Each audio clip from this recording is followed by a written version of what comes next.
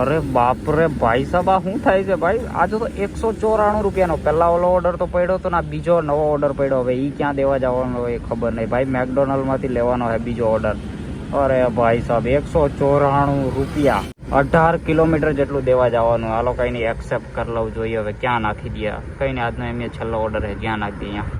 તો ભાઈ આ પહેલો ઓર્ડર તો લઈ લીધો છે ને, હવે જાઉં બીજો ઓર્ડર લેવા મેકડોનલ્ડ. અને ભાઈ મને છે ને ધક થાય છે. કેમ ખબર? કારણ કે આ ઓર્ડર દેવા જવાનો, આ પહેલો ઓર્ડર છે ને એ દેવા જવાનો છે હીરાબાગ.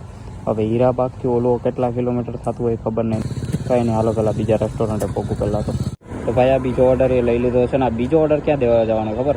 જ્યાં મને ઘણી વાર મોકલે, કડોદરા મોકલે છે. મને સારુંથી મેં કીધું ભલે એ સાઈડનો, કડોદરા સાઈડનો એ હશે ને, મનમાં વિચારતો હતો કે એ સાઈડનો તોય હાલ છે. બસ વેસુ સાઈડ હાવ ઓપોઝિટ સાઈડનો મોકલે. તો આ દેવા જવાનો કડોદરા, એની પહેલાં આ દેવા જવાનો હોય હીરાબાગ. હીરાબાગ દઈ પછી ત્યાંથી પછી કડોદરા ભાગવાનો. તો હાલો પહેલાં તો આ પહેલો ઓર્ડર પતાવ્યો જલ્દી. મને તેમ થાય આ દઈ પછી આ દેવા જાય એટલે કેટલો બધો ટાઈમ લાગે. ત્યાં સુધી મારા ભાઈ હુઈ ન જાય. ભાઈ જાગતા રહેજો. પહેલો ઓર્ડર કસ્ટમરને દઈ દીધો છે કે આ એ કેશ ઓન ડિલિવરી આવ્યો. પૈસા લઈ લીધા, મારીથી તો ડિલિવર.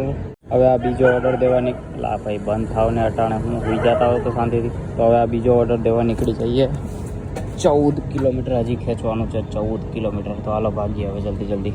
તો ભાઈ કસ્ટમરની લોકેશન પર પહોંચી ગયો છું. હજી ઓર્ડર દીધો નથી. અહીંયા કંઈક કોમ્પ્લેક્સ છે, શ્યામ કોમ્પ્લેક્સ કરીને ત્યાં ઓર્ડર દેવા જવાનો હોય. હવે એને ફોન કરવો પડે કે ત્યાંથી હવે કઈ જગ્યાએ આવવાનું છે. જોકે આ એડ્રેસ તો અહીંયાનું જ છે. તો ફાઇનલી ભાઈ કસ્ટમરનો ઓર્ડર દઈ દીધો છે. મારી દીધો ડિલિવર 193 રૂપિયા મળ્યા. ટોટલ 22 કિલોમીટર ખેંચું, 72 મિનિટમાં 2 ઓર્ડર ડિલિવર કર્યા. આનો ફૂલ વિડીયો આપણી યુટ્યુબ ચેનલ પર આવી ગયો છે, તો જઈને એકવાર મસ્ત મજાનો જોયા હોય યાર.